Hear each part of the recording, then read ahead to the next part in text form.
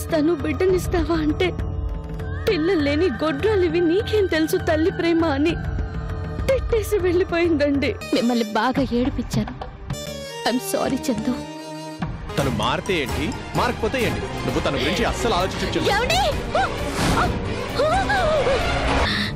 నీకేం కాలేదు కదా? జరిగిందేదో జరిగిపోయింది, ఏం కాలేదు కదమ్మా. అయితే నువ్వు చందుని కలవాలి. కలిసి అవును పెద్దమ్మ, చాలా పెద్ద ప్రమాదం తప్పింది. నేనైతే బయటపడ్డామంటే ఇప్పటికీ నమ్మలేకపోతున్నాను. చావు ఒకటి తప్పింది పెద్దమ్మ, అంతే. ఏడోకు చందు, ఏం కాలేదు కదా, అనవసరంగా భయపడకు. నువ్వైనా రాజా అయినా ఎవరికి అన్యాయం చేసిన వాళ్ళు కాదు. మీకు ఏ ప్రమాదం జరగదు, ఏ ఆపద రాదమ్మా. నేను ఇప్పటి వరకు ఆ నమ్మకంతోనే ఉన్నాను పెద్దమ్మ. కానీ ఆ స్పాట్ లో ఉండేసరికి నాకుండే జారినట్టయింది. అది తలుచుకుంటేనే ఒళ్ళంతా జలధరిస్తుంది పెద్దమ్మ. నాకేం జరిగినా పర్వాలేదు, కానీ ఆయనకి ఏదైనా జరిగితే నేను భరించలేను పెద్దమ్మ. ఆయనకేదో అరిష్టం అంటుకుంది పెద్దమ్మ. ఒక దాని తర్వాత ఒకటి ఆయన మీద అలా వచ్చి పడిపోతున్నాయి. ఆ రోజు హత్య ప్రయత్నం జరిగింది, ఈ రోజు ఇది. నా బిడ్డ పోవడం, నా ఆరోగ్యం ఇలా తగలబడడం అన్నీ ఇలాగే జరుగుతున్నాయి పెద్దమ్మ. మా ఇద్దరికి ఒకరి మీద ఒకరికి ఎంత ప్రేమ ఉన్నా మేము హాయిగా ఉన్నామని చెప్పుకోవడానికి ఒక్క రోజు కూడా మా జీవితంలో లేదు పెద్దమ్మ.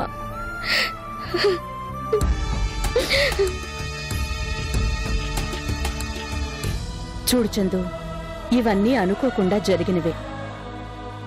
ఒకదాంతో ఒకటి పోల్చుకుని అనవసరంగా మనసు పాడు చేసుకోకు.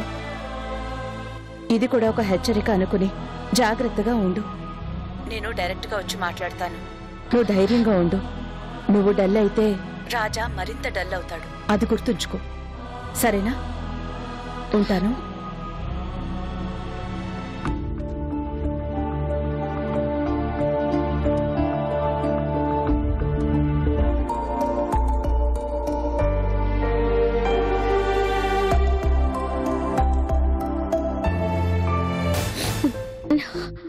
నువ్వు ఫోన్లో మాట్లాడిందంతా విన్నానమ్మా. నీ సమస్య గురించి నాకు తెలిసిన వాళ్ళని అడిగాను. నీ అనుమానం నిజమే తల్లి. దుష్టపీడ ఉంటేనే ఇలాంటివి జరుగుతాయని చెప్పారమ్మా.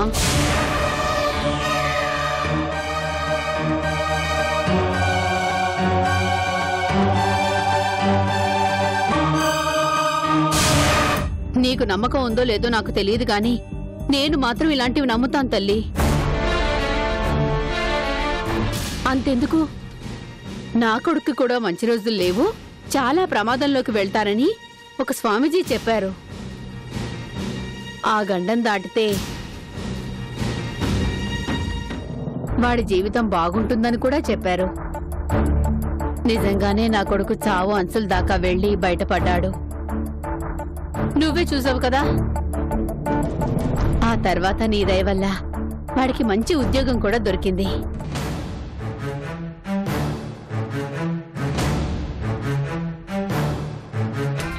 అంతేనమ్మా,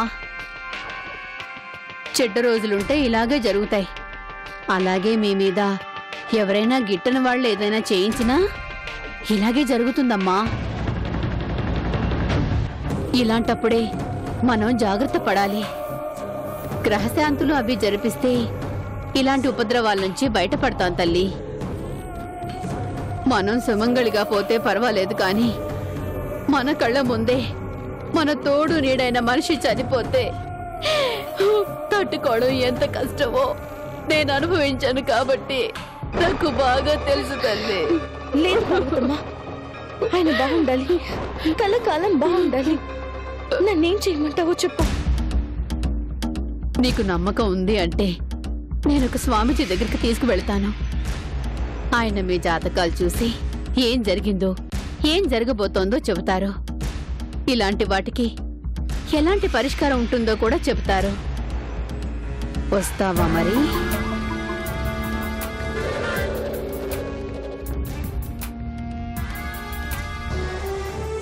తప్పకుండా వెళ్దాం పార్వతమ్మ. నా భర్త క్షేమమే నాకు ముఖ్యం. ఆయన బాగుంటే నాకు అంతే చాలు. అవసరమైతే నా ప్రాణాలైనా ఎదురు పెడతాను, కానీ ఆయన బాగుండాలి. అంతేనమ్మా. మనల్ని కట్టుకున్నవాడు బాగుంటేనే మనం బాగున్నట్లు. రామ్మ, వెళ్దాం. ఇలాంటి విషయాల్లో అస్సలు ఆలస్యం చేయకూడదు. వెళ్దాం పద. వెళ్దాం పద.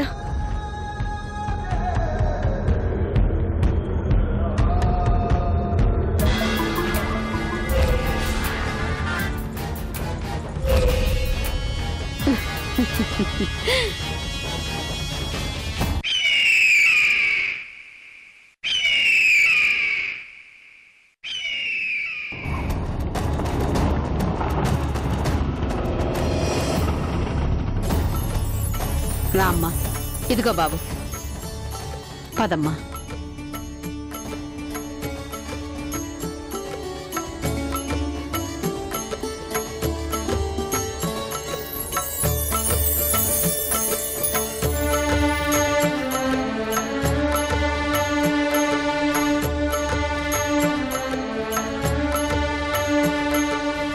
రామ్మా.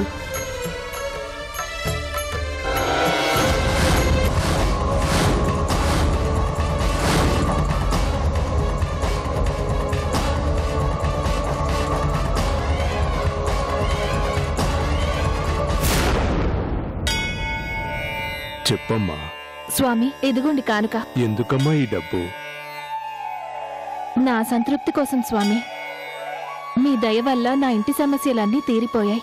అందుకే ఏదో ఉడత భక్తితో ఇవ్వాలనుకున్నాను. పిచ్చిదాన, ఈ డబ్బు నా దృష్టిలో చిత్తు కాగితాలతో సమానం. సాయం కోసం అర్థించే వాళ్ళు ఈ లోకంలో చాలా మంది ఉన్నారు. వాళ్లకు మంచి మనసుతో దానం చేయమ్మా. ఆ పుణ్యమే నిన్ను కాపాడుతుంది. అలాగే స్వామి. శుభం భూయాత్. ఉంటాను స్వామి.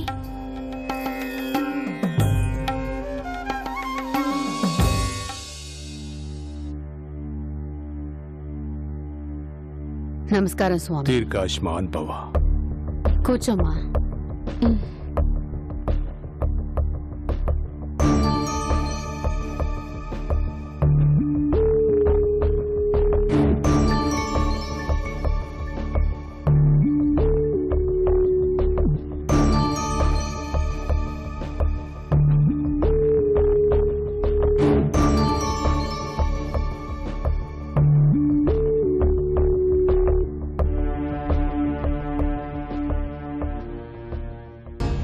నిన్నటిదాకా నీ ప్రాణాల కోసం పోరాడావు.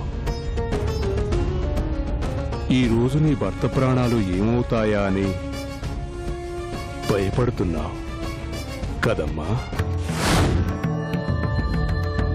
అవును స్వామి. ఈ విషయం నీకెలా తెలుసు? నన్ను వెతుక్కుంటూ వచ్చే నా శిష్యుల కష్టాలు నావే కదమ్మా. స్వామి, నా భర్తకి పెద్ద ప్రమాదం త్రుట్టులు తప్పింది స్వామి. ఇది నీ భర్త మీదకు వచ్చిన రెండో ప్రమాదం. మొదటి ప్రమాదానికి నీ మాంగల్యం తెగిపడాల్సింది. ఆ కాళీమాత దయ వల్ల బయటపడగలిగా. అది రెండవ సంకేతం. ఇప్పుడు మూడో ప్రమాదం పొంచి చూస్తోంది. అది ఎప్పుడెప్పుడు నీ భర్త ప్రాణాలు బలికోరదామా అని ఆకలిగా ఎదురు చూస్తోంది. స్వామి, నా భర్త నేను కాపాడుకోలేనా? నా భర్తని కాపాడుకునే మార్గం చెప్పండి స్వామి. చెబుతానమ్మా. కాకపోతే దానికి అకుంఠిత దీక్ష కావాలి. అత్యంత భక్తి శ్రద్ధలతో ఆ కాళీమాతను కొలవాలి.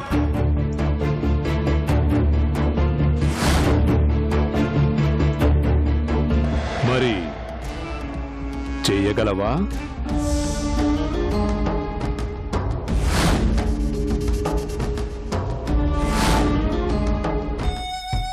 చేస్తుంది స్వామి. తనకు భర్త అంటే పంచప్రాణాలు. ఆయన కోసం ప్రాణాలిమ్మన్నా ఇస్తుంది. హ్మ్. అలాంటిది పసుపు కుంకాల కోసం పూజ చేయలేదా? అవును స్వామి, మీరేం చేయమంటే అది చేస్తాను. ఏం చేయాలో చెప్పండి.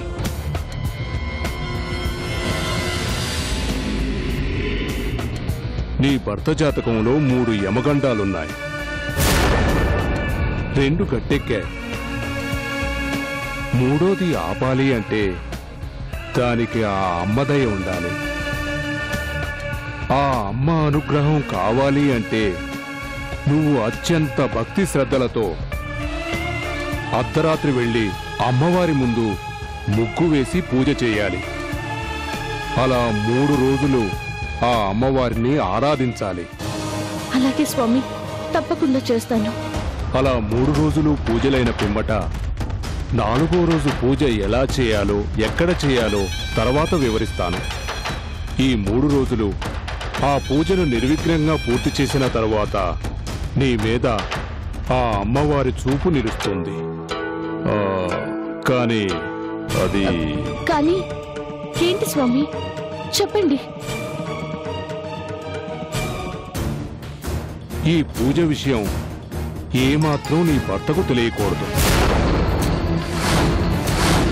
అలాగే మధ్యలో ఆపకూడదు. ఆపితే చాలా ప్రమాదం తల్లి.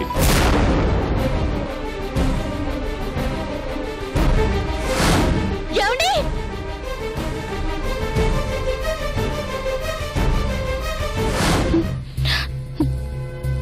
అలాగే స్వామి, ఎట్టి పరిస్థితుల్లోనూ ఆయనతో చెప్పను.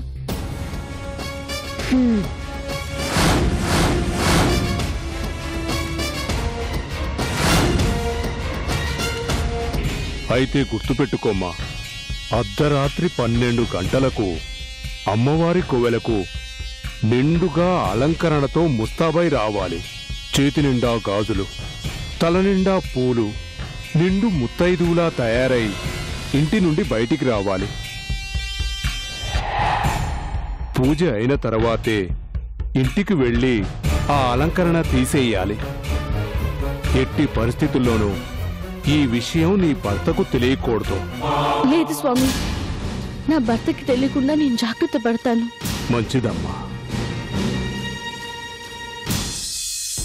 భర్త కోసం పాటుపడిన సతీ సుమతి, సతీ అనసూయ లాంటి మహాపతివ్రతల దీవెనలు నీకు తప్పకుండా ఉంటాయమ్మా. ఆ కాళికాదేవి ఆశీస్సులు నీకు సర్వదా ఉంటాయమ్మా. ఓం జగన్మాత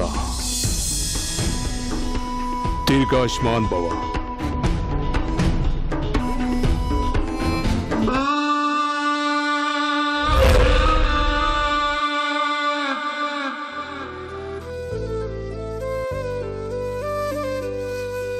విన్నావు కదమ్మా?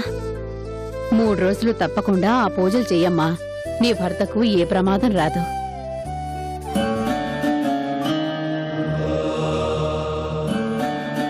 అలాగే, తప్పకుండా చేస్తాను.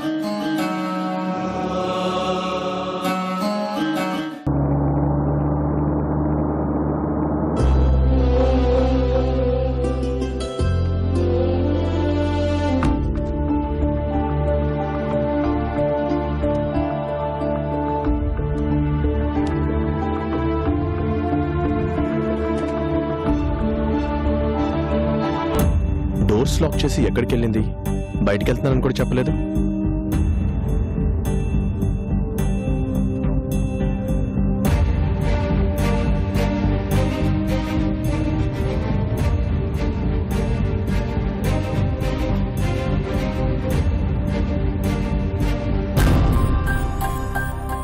ఎక్కడికి వెళ్ళి ఉంటుంది?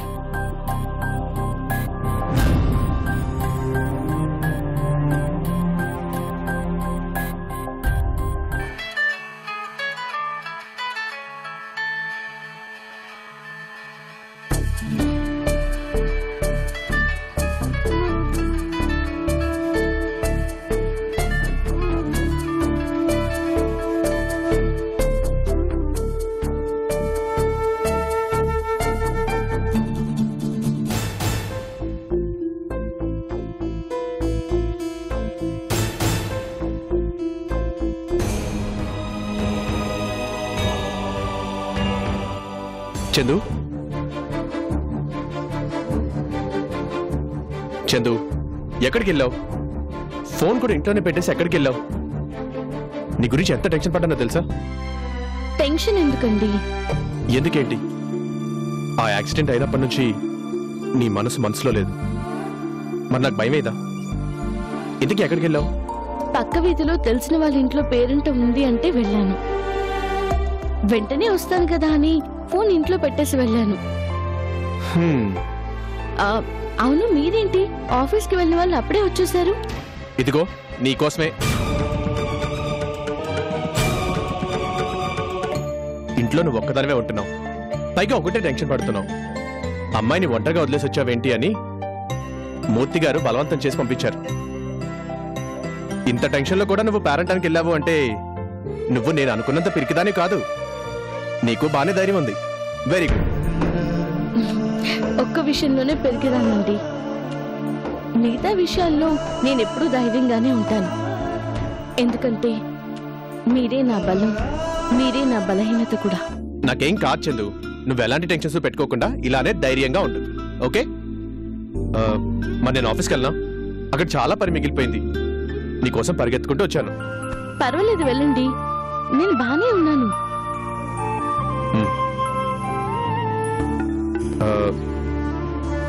నిజంగా పర్లేదు కదా?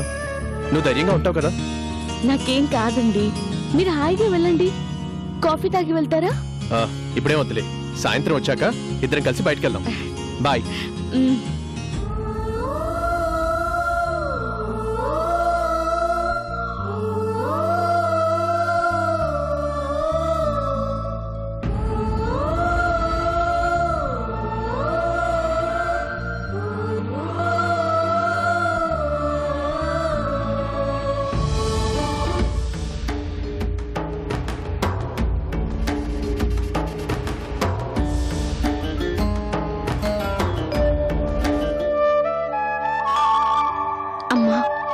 నా భర్తకి మొట్టమొదటిసారి అబద్ధం చెప్పాను. ఏ రోజు అబద్ధం చెప్పని నేను ఆయన కోసం అబద్ధం చెప్పాల్సి వచ్చింది. ఇది పాపమైతే ఆ పాపానికి శిక్ష నాకు వెయ్యి. నా భర్తని కాపాడుకోవడానికి ఈ పూజ సజావుగా జరిగేలా దీవించు తల్లి.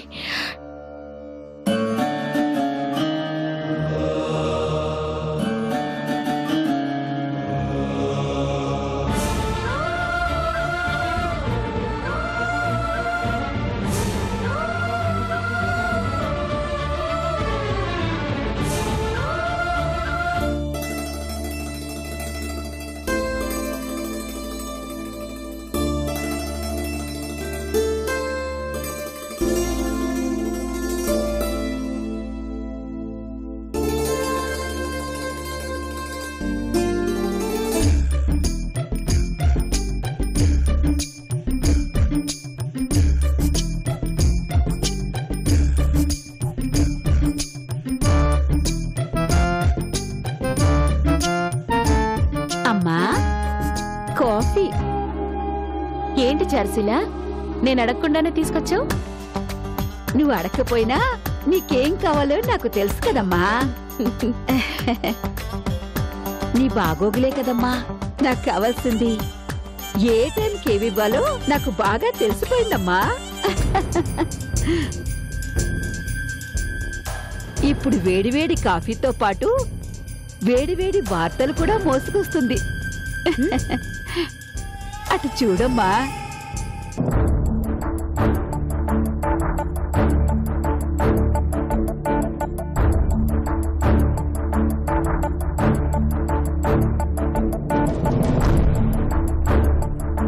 నమస్కారం అమ్మా. ఏం పార్వతమ్మా, ఏం జరిగింది? ఆ చందుని తీసుకుని ఆ దొంగ స్వామీజీని కలవడానికి వెళ్ళావమ్మా. ఆ స్వామీజీ వేషం వేసింది ఎవరో గాని అచ్చం మీరు చెప్పినట్టుగానే అప్పచెప్పాడమ్మా. మరి వాడంటే ఏమనుకున్నావు? 100 నాటకాలు వేసిన వాడు. ప్రాణం పోయినా డైలాగ్ మర్చిపోడుగా. ఇంతకీ చందు ఏమంటోంది? ఏమంటుందమ్మా, ఏం చెబితే అది చేయడానికి సిద్ధంగా ఉంది. అది అది మా అమ్మకు కావాల్సింది. చెప్పింది చెప్పినట్టుగా చేసేవాళ్ళంటే మా భార్గవమ్మకి చాలా ఇష్టం. ఏమ్మా అంతేనా? అది సరే, స్వామీజీతో మాట్లాడాక చందు ఏమంది? అతను చెప్పినట్టే చేస్తానందా? చేస్తుందమ్మా. లేకపోతే 3వ గండంలో తన తాళి తెగుతుందని దొంగ స్వామీజీ భయపెట్టాడు కదా. అందుకే భర్తకు తెలియకుండా ఆ 3 రాత్రిళ్ళు కాళికాదేవి పూజ చేయడానికి సిద్ధమైపోయిందమ్మా. అయినా అదేంటమ్మా, అర్ధరాత్రి పూట అమ్మోరికి పూజ చేయమంటే వెనక ముందు ఆలోచించకుండా అలా ఒప్పేసుకుందేంటి? లోకల్లో అలాంటి పూజలు ఎక్కడైనా చేస్తారా అని చిన్న అనుమానం కూడా రాలేదేంటి? అనుమానం రాదు. ఎందుకంటే దానికి మొగుడంటే పిచ్చి ప్రేమ. ఎంత పిచ్చి అంటే రాజా కోసం చావునే ఎదిరించింది. ఇప్పుడు రాజా కోసం కావాలంటే అదే చావుని ఆహ్వానిస్తుంది కూడా. అంత పిచ్చిది. అలాంటి భర్తకు ఆపద పొంచుంది అంటే అర్ధరాత్రి పూజలు చెయ్యమంటే చేస్తుంది. అవసరమైతే తన ప్రాణాలు బలివ్వాలన్నా ఆనందంగా ఇచ్చేస్తుంది. అదే ఆ బలహీనతే నాకు కావాలి. దాన్ని తెలివిగా నేను వాడుకోవాలి. పెట్ట సరాసరొచ్చి మన వల్లోనే చిక్కుకుందమ్మా. ఇక మీరు ఏం చేయమంటే అది చేస్తుంది. భర్త కోసం ఆ పిచ్చిది మనం ఆడించినట్టు ఆడుతుంది. తన గొయ్యి తనే తవ్వుకుంటుంది. చందు, ఇక నీ జీవితానికి కౌంట్ డౌన్ స్టార్ట్ అయింది.